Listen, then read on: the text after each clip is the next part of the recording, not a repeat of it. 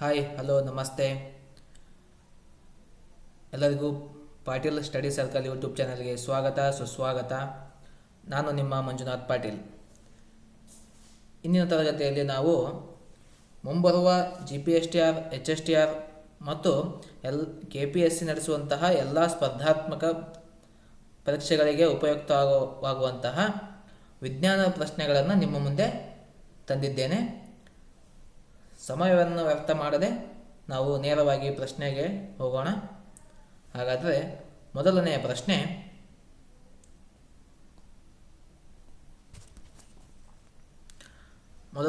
ನೋಡ್ರಿ. ಡೇಲಿಯಾ ಗಿಡವನ್ನು ಈ ಕೆಳಕಂಡ ಯಾವ ವಿಧಾನದಿಂದ ವೃದ್ಧಿಪಡಿಸಲಾಗಿದೆ? ಆಪ್ಷನ್ ಎ ಬೇರು, ಆಪ್ಷನ್ ಬಿ ಗಡ್ಡೆ ರೂಪದ ಬೇರು, option C tube, option D ಬೇರು ಕಾಂಡ. ನೋಡ್ರಿ, ಈ ಚಿತ್ರದಲ್ಲಿ ಕಾಣತಕ್ಕಂಥ ಗಿಡ ಯಾವುದಂದ್ರೆ ಡೇಲಿಯಾ ಗಿಡ. ಇದು ಡೇಲಿಯಾ ಗಿಡ. ಈ ಡೇಲಿಯಾ ಗಿಡವನ್ನು ಯಾವ ವಿಧಾನದಿಂದ ವೃದ್ಧಿಪಡಿಸಲಾಗಿದೆ? ನೋಡ್ರಿ, ಚಿತ್ರವನ್ನು ನೋಡಿದ ತಕ್ಷಣ ನೀವು ಹೇಳ್ಬೋದು,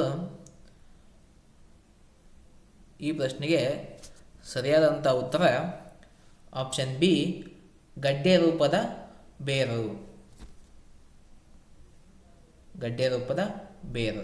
ನೋಡ್ರಿ, ಇಲ್ಲಿ ಈ ಬೇರು ಯಾವ ರೀತಿ ಅದಾವು? ಗಡ್ಡೆ ರೂಪದಲ್ಲಿ ಅದಾವು. ಹಾಗಾಗಿ ಈ ಪ್ರಶ್ನೆಗೆ ಸರಿಯಾದಂಥ ಉತ್ತರ ಗಡ್ಡೆ ರೂಪದ ಬೇರು.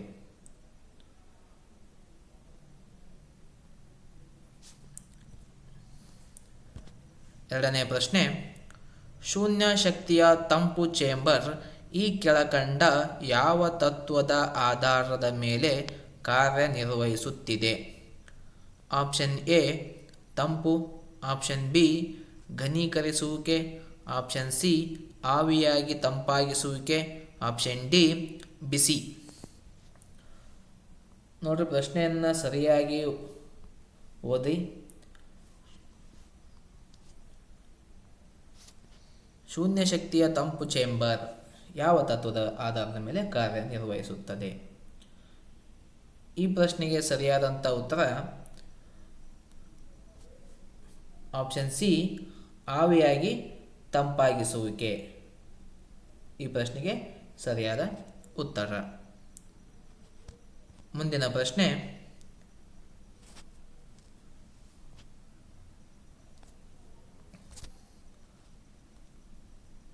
ಹಾಗಾದರೆ ಘನೀಕರಿಸುವಿಕೆ ಅಂದರೆ ಏನು?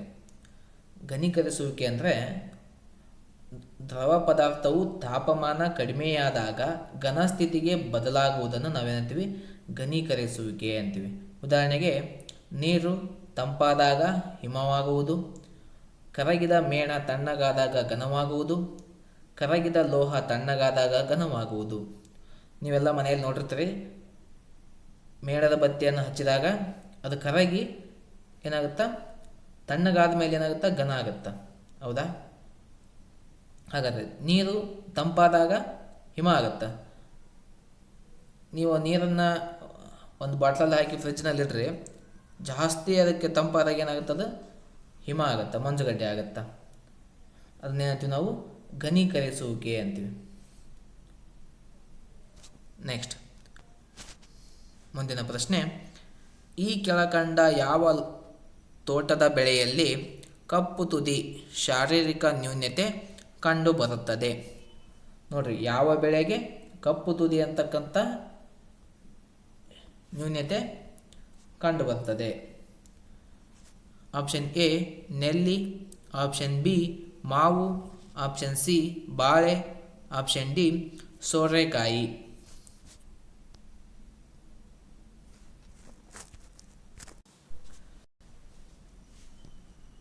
ಈ ಪ್ರಶ್ನೆಗೆ ಸರಿಯಾದಂಥ ಉತ್ತರ ಆಪ್ಷನ್ ಸಿ ಬಾಳೆ. ಮುಂದಿನ ಪ್ರಶ್ನೆ, ಹಣ್ಣುಗಳು ಹಣ್ಣಾಗುವ ಸಮಯದಲ್ಲಿ ಉಂಟಾಗುವ ಹಠಾತ್ ಗರಿಷ್ಠ ಉಸಿರಾಟವನ್ನು ಏನೆಂದು ಕರೆಯಲಾಗುತ್ತದೆ? ಆಪ್ಷನ್ ಎ ಉಸಿರಾಟದ ಶಿಖರ, ಆಪ್ಷನ್ ಬಿ ಮಾಗಿದ ಶಿಖರ, option C climacteric, option D ಪರಿಹಾರ ಬಿಂದು. ನೋಡ್ರಿ, ಹಣ್ಣುಗಳು ಹಣ್ಣಾಗುವ ಸಮಯದಲ್ಲಿ ಉಂಟಾಗುವ ಹಠಾತ್ ಗರಿಷ್ಠ ಉಸಿರಾಟವನ್ನು ಏನಂತೀವಿ?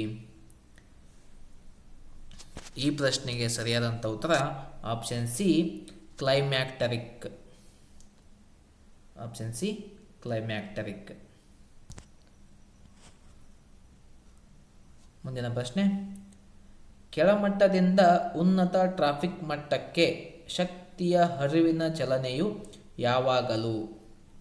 ಆಪ್ಷನ್ ಎ, ಯಾವಾಗಲೂ ಏಕಮುಖವಾಗಿರುತ್ತದೆ.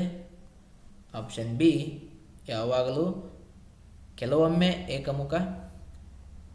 ಆಪ್ಷನ್ ಸಿ, ಯಾವಾಗಲೂ ದ್ವಿಮುಖವಾಗಿರುತ್ತದೆ. Option D, ನಿರ್ಧರಿಸಲಾಗದು.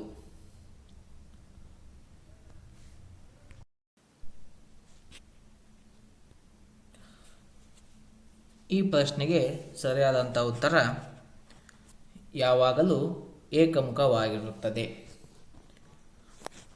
ಮುಂದಿನ ಪ್ರಶ್ನೆ, ಹೈಪರ್ ಥೈರಾಯ್ಡಿಸಮ್ ಚಿಕಿತ್ಸೆಯಲ್ಲಿ ವಾಡಿಕೆಯಾಗಿ ಬಳಸಲಾಗುವ ವಿಕಿರಣಶೀಲ ಧಾತು ಯಾವುದು? Option A, cobalt 60. Option B, iodine 131. Option C, strontium 90. Option D, sodium 22.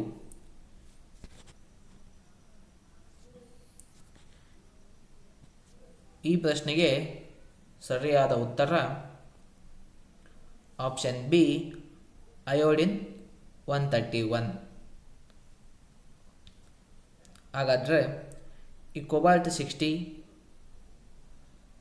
ಮತ್ತು ಟ್ರಾನ್ಸಿಯಂ 90, ಸೋಡಿಯಂ 22 ಇವುಗಳನ್ನು ಎಲ್ಲೆಲ್ಲಿ ಬಳಸ್ತಾರೆ ನೋಡ್ರಿ. ಕೋಬಾಲ್ಟ್ 60 ಅನ್ನೋದನ್ನು, ಈ ಕೋಬಾಲ್ಟ್ 60ಯಲ್ಲಿ ವಿಕಿರಣದ ಸ್ವರೂಪ ಬೀಟಾ ಮತ್ತು ಗಾಮಾ ಕಿರಣಗಳನ್ನು ಕೋಬಾಲ್ಟ್ 60 ಅಂತಕ್ಕಂಥದ್ದು ಒಳಗೊಂಡಿರುತ್ತೆ. ಈ ಗಾಮಾ ಕಿರಣಗಳನ್ನು ಕ್ಯಾನ್ಸರ್ ಚಿಕಿತ್ಸೆಯಲ್ಲಿ ಕ್ಯಾನ್ಸರ್ ಕೋಶಗಳನ್ನು ನಾಶಪಡಿಸಲು ಬಳಕೆ ಮಾಡ್ತಾರೆ. ಟ್ರಾನ್ಸಿಯಂ 90 ಅನ್ನೋದನ್ನು ವಿದ್ಯುತ್ ಉತ್ಪಾದನೆಯಲ್ಲಿ ಬಳಸ್ತೀವಿ, ವೈದ್ಯಕೀಯ ಕ್ಷೇತ್ರದಲ್ಲಿ ಬಳಕೆ ಮಾಡ್ತೀವಿ. ವೈದ್ಯಕೀಯ ಕ್ಷೇತ್ರದಲ್ಲಿ ಚರ್ಮದ ಕ್ಯಾನ್ಸರ್ ಚಿಕಿತ್ಸೆಗಾಗಿ ಈ ಟ್ರಾನ್ಸಿಯಂ 90ಯನ್ನು ಬಳಕೆ ಮಾಡ್ತೀವಿ. ಮತ್ತು ಕಣ್ಣಿನ ಕೆಲವು ರೋಗಗಳ ಚಿಕಿತ್ಸೆಯಲ್ಲಿ ಟ್ರಾನ್ಸಿಯಂ 90ಯನ್ನು ಉಪಯೋಗ ಮಾಡ್ತೀವಿ. ಮತ್ತು ಕೈಗಾರಿಕೆಗಳಲ್ಲಿ ಬಳಕೆ ಮಾಡ್ತೀವಿ ಮತ್ತು ವೈಜ್ಞಾನಿಕ ಸಂಶೋಧನೆಯಲ್ಲಿ ಟ್ರಾನ್ಸಿಯಂ 90ಯನ್ನು ಬಳಕೆ ಮಾಡ್ತೇವೆ. Next, sodium 22. ಸೋಡಿಯಂ 22 ಅನ್ನು ವೈದ್ಯಕೀಯ ಕ್ಷೇತ್ರದಲ್ಲಿ ಬಳಕೆ ಮಾಡ್ತೀವಿ. ವೈದ್ಯಕೀಯ ಕ್ಷೇತ್ರದಲ್ಲಿ ಪೆಟ್ ಸ್ಕ್ಯಾನ್ನಲ್ಲಿ ಸೋಡಿಯಂ 22 ಅನ್ನು ಉಪಯೋಗ ಮಾಡ್ತೀವಿ. ಮತ್ತು ಅಣುಭೌತಶಾಸ್ತ್ರ ಸಂಶೋಧನೆಯಲ್ಲಿ ಮತ್ತು ಶೈಕ್ಷಣಿಕ ಪ್ರಯೋಗಾಲಯಗಳಲ್ಲಿ ಸೋಡಿಯಂ 22 ಅನ್ನು ಉಪಯೋಗ ಮಾಡ್ತೀವಿ.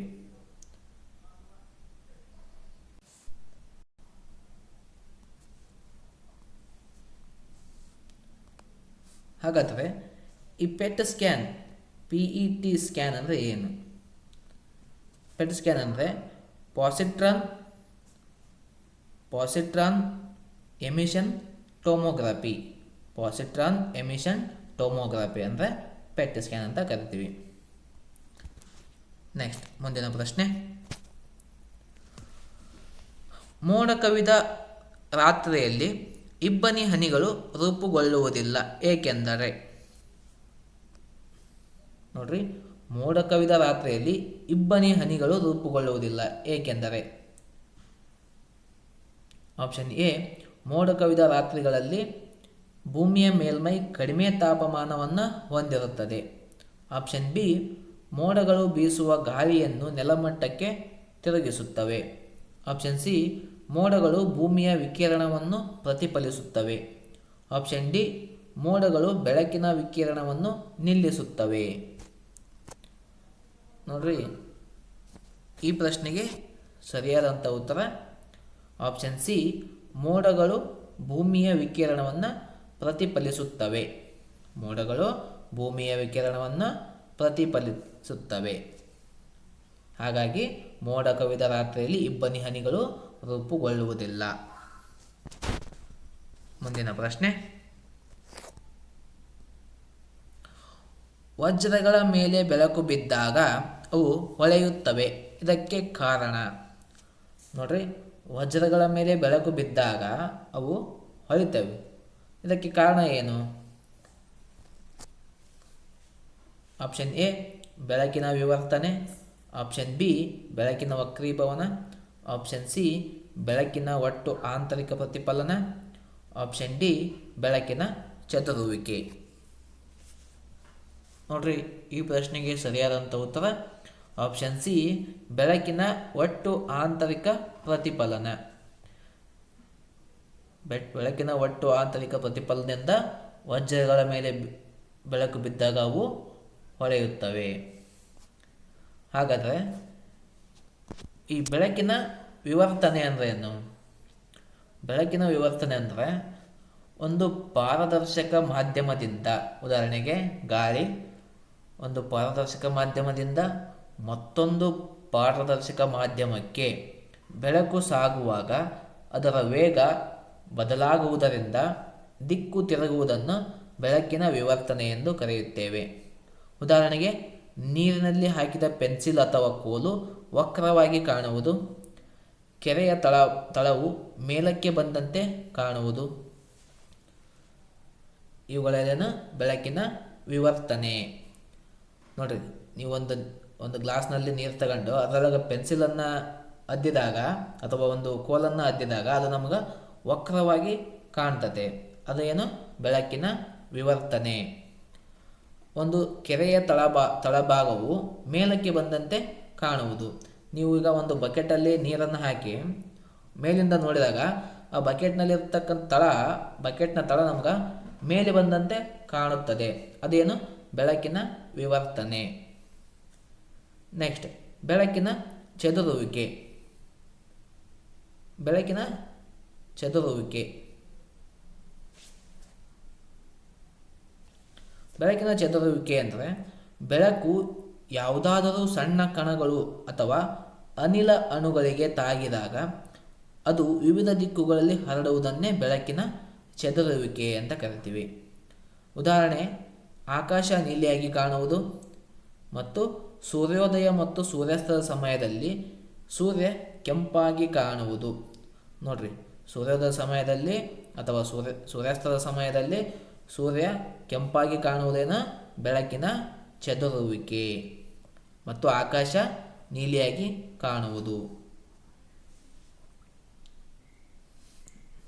ಮುಂದಿನ ಪ್ರಶ್ನೆ, ಲೇಸರ್ ಬೆಳಕನ್ನು ಬಳಸಿಕೊಂಡು ವಸ್ತುಗಳ 3 ಆಯಾಮದ ಚಿತ್ರಗಳನ್ನು ದಾಖಲಿಸುವ ಮತ್ತು ಪುನರ್ನಿರ್ಮಿಸುವ ತಂತ್ರವನ್ನು ಹೀಗೆಂದು ಕರೆಯಲಾಗುತ್ತದೆ.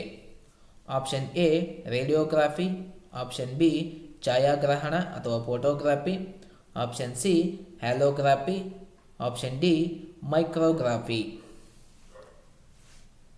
ನೋಡ್ರಿ, ಲೇಸರ್ ಬೆಳಕನ್ನು ಬಳಸಿಕೊಂಡು ವಸ್ತುಗಳ 3 ಆಯಾಮದ ಚಿತ್ರಗಳನ್ನು ಅಂದರೆ 3D ಡೈಮೆನ್ಷನಲ್ ಚಿತ್ರಗಳನ್ನು ದಾಖಲಿಸುವ ಮತ್ತು ಪುನರ್ನಿರ್ಮಿಸುವ ತಂತ್ರವನ್ನು ಏನಂತ ಕರಿತೀವಿ?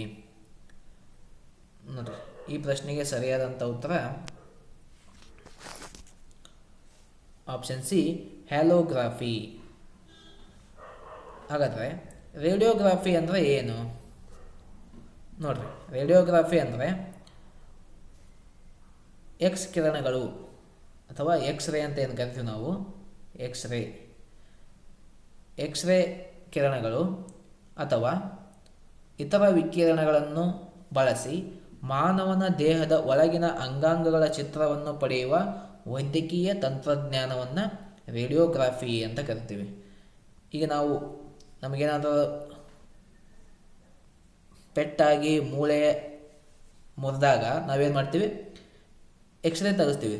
ಆಸ್ಪತ್ರೆಗೆ ಹೋಗಿ ಎಕ್ಸ್ರೇ ತೆಗೆಸ್ತೀವಿ. ಅವಾಗೇನು ಗೊತ್ತಾಗುತ್ತಾ? ನಮ್ಮ ಅಂಗಾಂಗಗಳ ಚಿತ್ರವನ್ನು ಪಡೆಯುವಂಥ ತಂತ್ರಜ್ಞಾನ ಅದು. ನಮ್ಮ ದೇಹದ ಒಳಗಿನ ಅಂಗಾಂಗಗಳ ಚಿತ್ರವನ್ನು ಪಡೆಯುವ ತಂತ್ರಜ್ಞಾನ. ನಮ್ಮ ದೇಹದ ಯಾವ ಭಾಗದಲ್ಲಿ ಯಾವ ಮೂಳೆ ಮುರಿದಿದೆ ಅದನ್ನು ಏನು ಮಾಡ್ತಾರೆ? ಕಂಡುಹಿಡಿತಾರೆ.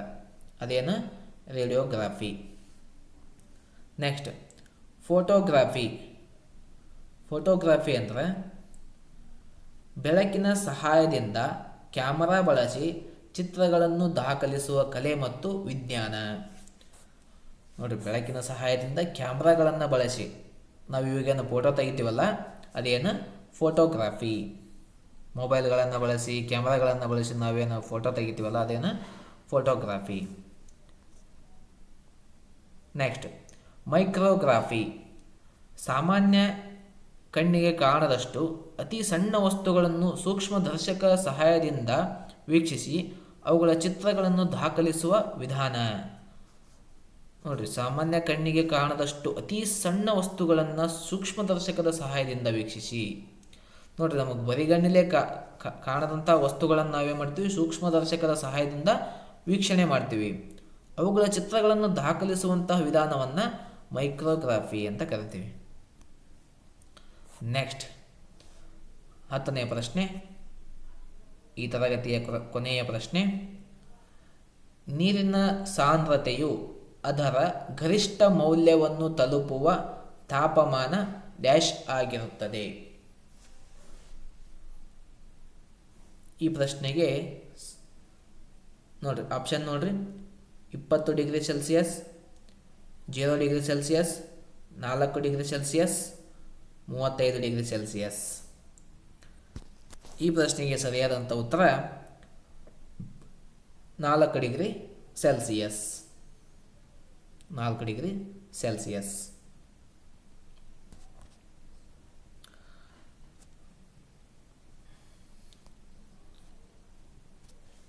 ಈ ತರಗತಿಯನ್ನು ಸಂಪೂರ್ಣವಾಗಿ ವೀಕ್ಷಣೆ ಮಾಡಿದ್ದಕ್ಕೆ ಧನ್ಯವಾದಗಳು. ಈ ತರಗತಿ ನಿಮಗೆ ಇಷ್ಟವಾಗಿದ್ದರೆ ಲೈಕ್ ಮಾಡಿ, ಹಾಗೆ ಕಮೆಂಟ್ ಮಾಡಿ, ನಿಮ್ಮ ಫ್ರೆಂಡ್ಸ್ಗೆಲ್ಲ ಶೇರ್ ಮಾಡಿ ಮತ್ತು ನಮ್ಮ ಚಾನಲನ್ನು ಸಬ್ಸ್ಕ್ರೈಬ್ ಮಾಡುವುದನ್ನು ಮರಿಬೇಡಿ ಅಂತ ಹೇಳ್ತಾ, ಈ ತರಗತಿ ನಿಮಗೆ ಇಷ್ಟವಾಗಿದ್ದರೆ ಕಮೆಂಟಲ್ಲಿ ಹೇಳಿ. ಮತ್ತು ಇನ್ನಷ್ಟು ಪ್ರಶ್ನೆಗಳೊಂದಿಗೆ ನಿಮ್ಮ ಮುಂದೆ ಬರ್ತೇನೆ ಅಂತ ಹೇಳ್ತಾ ಧನ್ಯವಾದಗಳು.